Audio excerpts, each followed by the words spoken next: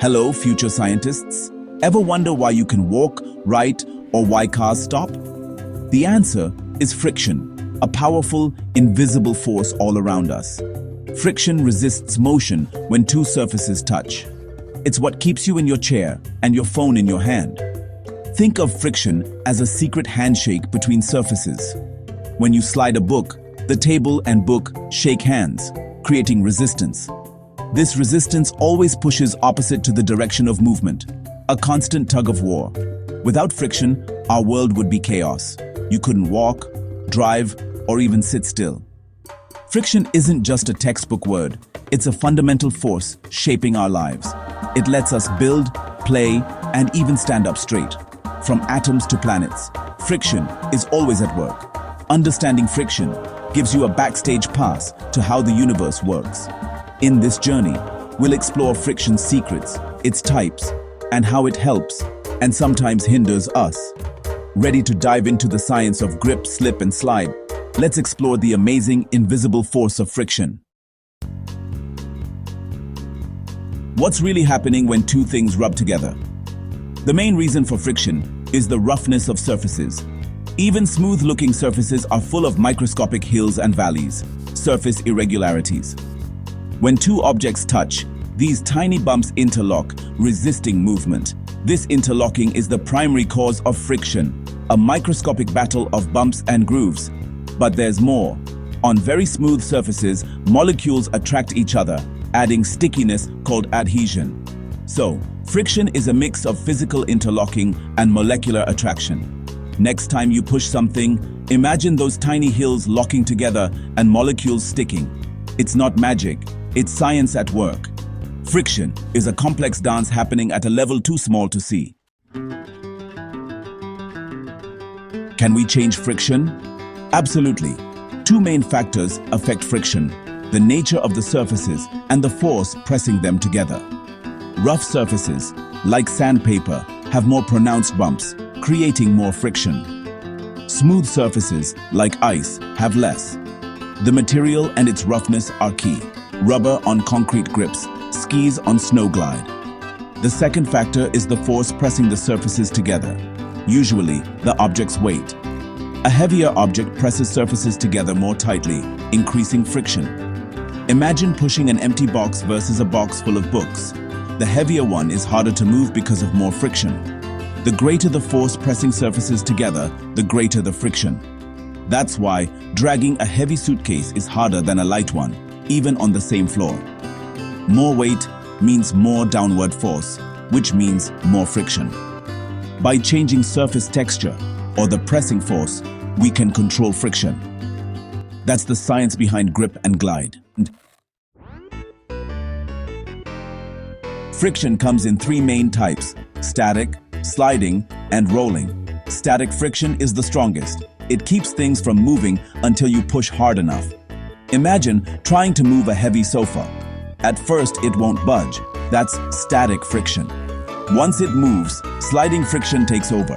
It's less than static friction, so it's easier to keep the sofa moving than to start it. Sliding friction resists objects already in motion. Rolling friction is the weakest. Wheels, balls, and cylinders roll with much less resistance. That's why wheels were a game-changing invention. Rolling friction happens because only a small part of the wheel touches the ground, and there's less rubbing. So, static keeps things still. Sliding resists movement, and rolling makes things easy to move. Understanding these types helps us use friction to our advantage. From skateboards to cars, friction's family is everywhere. Mastering them makes you a friction expert. Is friction good or bad? It's both, a necessary evil. Friction is our best friend when we walk, grip, write, or drive. It lets us hold objects, light matches, and stop cars. Without friction, daily life would be impossible. But friction also causes problems. It always opposes motion, wasting energy, and making machines work harder. In engines, friction means more fuel is needed and parts wear out faster. Friction generates heat, sometimes useful, like warming your hands, but often damaging in machines. Constant rubbing wears down tires, shoes, and machine parts. So, friction is essential, but also causes waste and damage. We need it to function, but we also fight it to save energy and materials. That's why scientists call it a double-edged sword. The challenge: use friction when we need it, and reduce it when we don't. Understanding both sides helps us design better tools and machines. Friction, friend, foe, and always fascinating. Sometimes, we need more friction for grip and safety. One way is to make surfaces rougher, like car tires with treads or athletic shoes with spikes. Treads grip the road and channel water away, keeping contact strong even when wet. Spikes or cleats dig into the ground, preventing slips. Another way is to increase the force pressing surfaces together, like pressing brake pads harder against wheels to stop a car quickly. Gymnasts and weightlifters use chalk to keep hands dry and rough, boosting grip. Chalk absorbs sweat and fills tiny gaps, increasing surface roughness. Whether it's rough surfaces, more pressure, or dry hands, we have clever ways to boost friction. These tricks keep us safe in sports, driving, and daily life. Next time you see treads or chalk, remember, it's all about controlling friction. Increasing friction is key for grip, safety, and control. Science helps us master the art of traction. Sometimes, friction is the villain, causing wear, wasted energy, and heat. To reduce friction, we use lubricants like oil or grease. They form a thin layer between surfaces, letting them slide smoothly. Lubricants turn rough, solid-on-solid friction into smooth, liquid-on-liquid friction. That's why oil is vital in engines and machines.